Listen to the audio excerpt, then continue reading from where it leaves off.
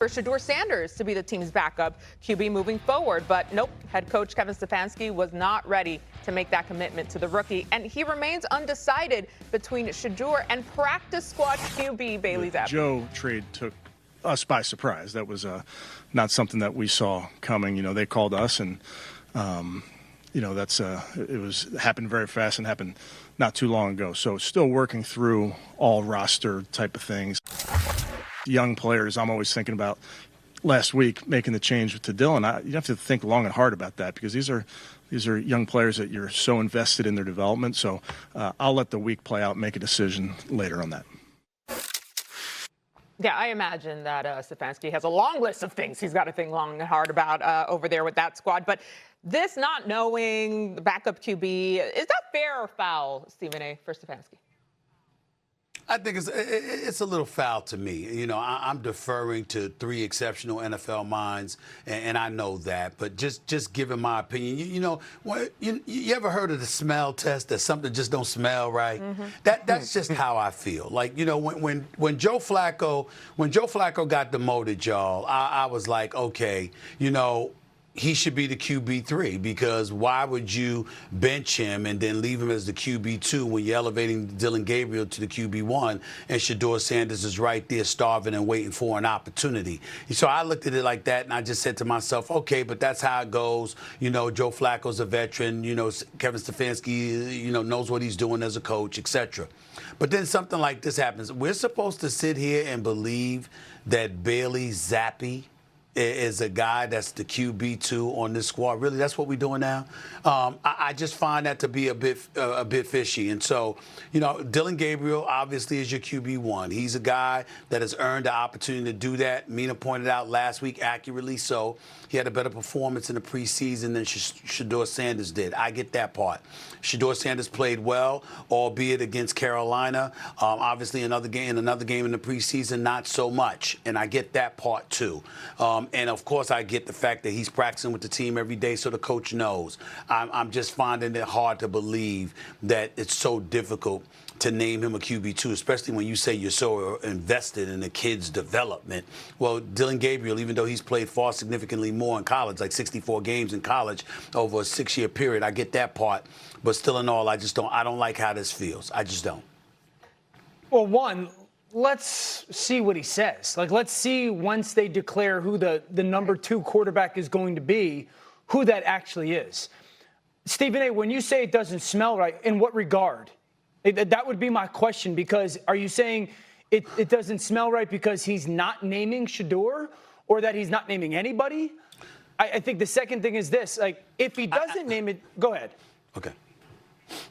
No, I thought you was asking me a question. I'm sorry. I didn't want to interrupt you. I just thought you was asking me a question. My answer to you would simply be this. If you're telling me that how Kevin Stefanski is handling this situation as it pertains to a QB2 or QB3 is normal, I will defer to y'all. I will tell you that it seems to be an aberration more so than a normal situation for me. I don't find it that abnormal. There's a lot of change going on at that position. There's a lot of change going on in this roster. They just made a trade last night at like 10 o'clock at night. So there seems to be a lot of moving parts with the football team. My overall takeaway is this. I honestly don't think it's that big a deal. We got to give him the opportunity to actually declare who the number 2 is going to be. If it's not Shedeur, do I find that disappointing? Yes. Do I find that odd? Yes. Would I be disappointed from a treetop view and a Shedeur perspective of then why not? You know, right. Why when it's obviously been made clear that really they're trying to figure out that position for the rest of the season. I agree they're trying to win games, but like that's a focal point. It would be what is going on that Shedeur can't even be essentially the 3rd string quarterback and obviously QB2 with Dylan Gabriel now? I think if they go with Zappi, Dan, you know this, it's very rare for a rookie quarterback to back up another rookie quarterback. And I actually think that is a valid explanation. It doesn't mean technically that Zappi is more important to the franchise than Shedeur, or they even think he's better in the long term than Shedeur. It means if we're going to Pittsburgh and Dylan Gabriel gets hurt, we want an experienced quarterback to back him up. That is kind of the norm in the NFL. I mean, it's very unusual. And Dan, you know this, for a rookie to back up another rookie. All of that said, I am in agreement with Stephen A. about the sense I'm getting, which is the coaching staff doesn't believe in Shedeur Sanders. And that's their right. I do wonder, though, if organizationally they need to consider a trade or moving on, giving him a chance to end up somewhere else. I felt this way from the beginning when they drafted him. It seemed like an afterthought. It didn't seem to be the best landing place for him. So I wonder, Ryan, if a parting of ways should be in consideration. And I say that, by the way, not judging the Browns for the decision. That's entirely a football move. Yeah, I think whatever Kevin Stefanski says is fair because it's Kevin Stefanski's team and it's his process. I also think it's extremely obvious that Kevin Stefanski doesn't mess with Shedeur Sanders the way the outside public believes that he should. When you think about this process, it feels that Kevin Stefanski wasn't ready to draft Shedeur Sanders, and then upon drafting him, he didn't put a plan in place to handle the person. You have to understand with Shedeur Sanders is going to come more media attention, more scrutiny. He's going to be treated unlike anything else in that locker room or anything else we see in the league based on his position. He won't be treated like a backup. He won't be treated like a third stringer. He won't be treated like a practice squad guy. You're going to have to answer questions about him, which is why you need answers prepared. If he is still figuring it out, which he should be, which he is, give them a reason why. Give them a Shedeur Sanders reason why. Give them a Bailey Zappi reason why. Don't give them an excuse. And I'm in full agreement with Mina. If he is not named the backup quarterback, it's time to part ways. It's time to trade him. It's time to get him out of your locker room because clearly your plan for development is not to develop Shedeur Sanders as a future starter of your team. And too much comes with him if you don't see that sort of plan for him.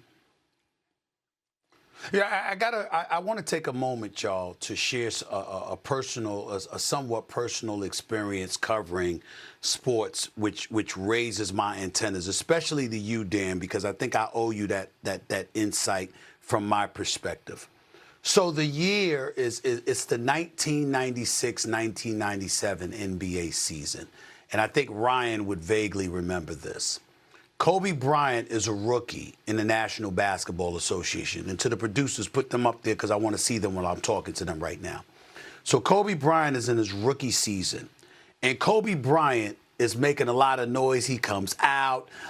Jerry West pulls off the heist where Kobe Bryant gets drafted by Charlotte, but ultimately the draft rights to Kobe Bryant comes to the Los Angeles Lakers. He's joining Shaq Diesel and the crew and stuff like that. Kobe Bryant did not start the first 2 years pretty much. He only started like 7 games in the first 2 years of his career in the NBA. This is his rookie year, Dan Orlovsky. But he talked so much, and he was so confident, and the swag that he came with is what he came with, that was when the rumors were that Shaq tried to slap the living hell out of him at Loyola Marymount or whatever because he was so disgusted with his mouth, and Kobe was telling you what he was going to be, that he was going to catch MJ, that he was going to be MJ and all of this stuff. Let me tell you what happened. You remember that game when Kobe Bryant shot those air balls against Utah in the postseason? That was his rookie year when Shaq walked over and wrapped his arms around him. One of the reasons that happened, Dan, was because Del Harris, who is a very good man and was a damn good coach, got so annoyed with Kobe's mouth that he said, bump it, and threw him out to the Wolves when everybody felt Kobe wasn't ready. And so what happens is Kobe had the intestinal fortitude, the wherewithal to overcome that and ultimately have an illustrious career. But people like myself and others who were covering the NBA were writing about, yo, that's low. Now, of course, that can't be proven. We don't know definitively what was in Del Harris's head. But we had heard so much noise about Kobe, the swag, the bravado, the prognostications, what he was going to do, what he was going to bring to the table, that we said, why would you throw, this is Karl Malone and John Stockton and the Utah Jazz we talking about here. Why are you going to throw him to those Wolves in overtime, by the way, of a playoff series as a rookie when you knew he wasn't ready? What I'm saying to you is that